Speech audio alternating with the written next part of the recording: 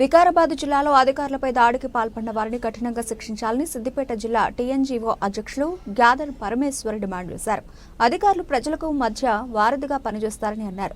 Collector అధికారులపైన జరిగిన దాడిని తీవ్రంగా ఖండిస్తున్నామన్నారు. దాడికి నిరసనగా సిద్దిపేట కలెక్టరేట్ ఎదుట నల్ల బ్యాడ్జీలు ధరించి కలెక్టరేట్ ఉద్యోగులు లంచ్ అవర్లో నిరసన తెలిపారు. దాడికి పాల్పడిన దుండగులను కఠినంగా శిక్షించకుంటే ఉద్యమం ఉధృతం చేస్తామన్నారు.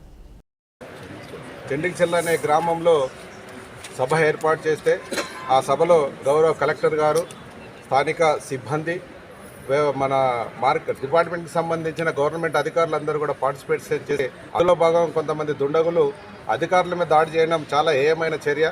ప్రభుత్వ ఉద్యోగులంటే అటు ప్రభుత్వానికి ప్రజలకు అనుసంధానకర్తగా వ్యవహరిస్తూ ప్రభుత్వం చేపట్టిన ప్రతి పథకాన్ని, ప్రభుత్వం ఇచ్చేటువంటి ఏ నిధులనైనా తీసుకెళ్లి ప్రజల్లోకి చేర్చుకునే విధంగా మా ఉద్యోగులు అట్లాంటి కార్యక్రమాన్ని నిర్వహిస్తూ ఉంటే వారిపై దాడి చేయడం చాలా హేయమైన చర్య.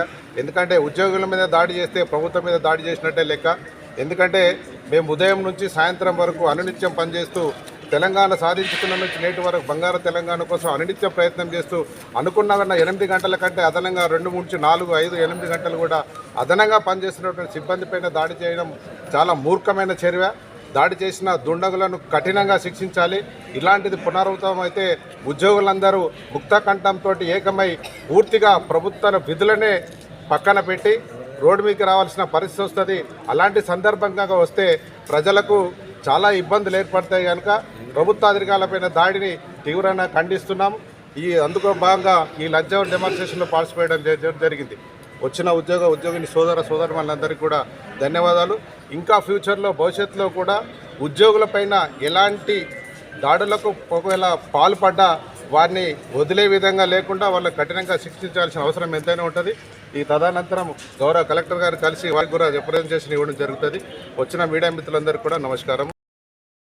జిల్లాలో నిన్న జిల్లా అధికారులపై దాడిని టీఎన్జీఓ సిద్దిపేట జిల్లా పక్షాన అలాగే ఉద్యోగుల పక్షాన తీవ్రంగా ఖండిస్తూ ఉన్నాం. నిరసన అనేది చాలా పలు రకాలుగా ఉంటుంది. కేవలం దాడి చేయడమే నిరసన కార్యక్రమం అయితే ఈరోజు తెలంగాణ రాష్ట్రం కూడా ఆవిర్భించేది కాదు. ఎందుకంటే తెలంగాణ రాష్ట్రం ఈరోజు ఒక్క చుక్క రక్తం పడకుండా ఎన్నో నిరసన కార్యక్రమాలతో ఈరోజు తెలంగాణ రాష్ట్రాన్ని సంపాదించుకున్నాం. ఈరోజు కేవలం నిరసన కార్యక్రమాలు తెలియజేయాలంటే రిలే నిరాక్షలు చేయొచ్చు, అలాగే ఊర్లోకి రానియకుండా ఏదైనా బార్కెట్లు పెట్టచ్చు. నిన్న ఉద్యోగులను కొట్టిన విధానం మాత్రం మేము ఉద్యోగులందరం కూడా ఈరోజు నిన్న వాస్తవాన్ని కూడా తీవ్రంగా మమ్మల్ని కలిసివేసింది. ఎందుకంటే ఒక ఉద్యోగిని కొడితే ఖచ్చితంగా దానికి కఠినమైన శిక్షలు అవలంబించే విధంగా ఈరోజు రాష్ట్ర ప్రభుత్వాలు కూడా ఆలోచించాలి. పునరావృతం కాకుండా మళ్ళొకసారి చూసుకోవాల్సిన బాధ్యత ఈరోజు రాష్ట్ర ప్రభుత్వాల మీద ఉంది. ఎందుకంటే ఈరోజు ప్రభుత్వం ఏ పథకాలు ప్రవేశపెట్టినా కూడా ఖచ్చితంగా దాన్ని ప్రజల్లోకి తీసుకెళ్లాల్సిన విధంగా మేము పనిచేస్తూ ఉన్నాం. ఆ ప్రభుత్వము చేపట్టినటువంటి కార్యక్రమాలన్నీ ప్రజల వద్దకు తీసుకుపోయే భాగంగా మాపై దాడులు చేయడం మాత్రం నిజంగా హేయమైన చర్య. ఎందుకంటే నిన్న మొన్నటి జరిగినటువంటి ఈరోజు జరుగుతున్నటువంటి కులగణంలో ఏకంగా ఎమ్యునేటర్లపై కుక్కలను వదలడం అయితే ఇది ఇంకా దుర్మార్గంగా మేము చెప్తా ఉన్నాం.